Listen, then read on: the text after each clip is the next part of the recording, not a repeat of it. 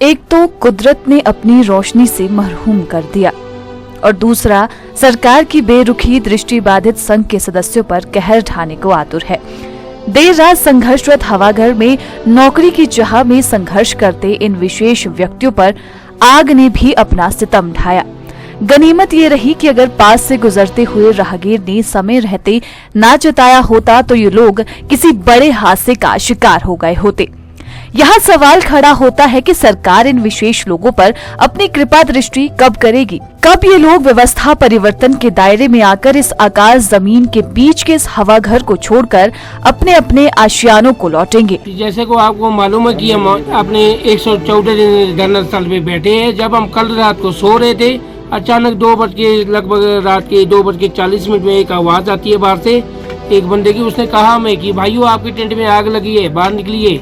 हम जैसे ही बाहर निकले अफरा तफरी में यहाँ देखा आग जल रही थी और टेंट जल रहा था, आग की लपटें बढ़ रही थी ऊपर की ओर।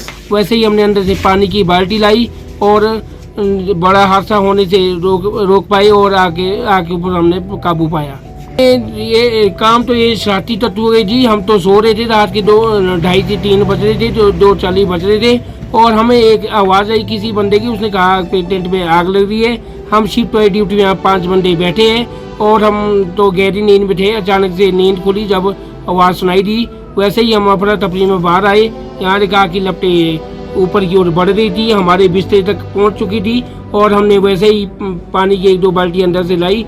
जैसे ही हमने पानी की बाल्टी डाली और आग बुझ गई और हमारा सामान भी बच गया और हमारी जानें भी बच गई। कि हम पुलिस प्रशासन और आदरणीय सुक्कू जी से, दोनों से, सरकार से भी और पुलिस प्रशासन से यही मांग करते हैं, जैसे हम 114 दिन से यहाँ अपने अधिकारों की लड़ाई के लिए लड़ रहे हैं, वैसे तो विधानसभा का सुरक्षा प्रबंध बहुत कड़ा किया है आदरणीय सुक्कू जी ने। हम आदरणीय सुक्कू जी से चाहते हैं, पुलिस प्रशासन से चाहते हैं कि हमारे लिए भी ऐसे ही सुरक्षा प्रबंध किए जाए और दिन रात हमारी ड्यूटी में 1 से 2 पुलिस कर्मी दिन रात हमारे धरने के आसपास पहरा देते रहे।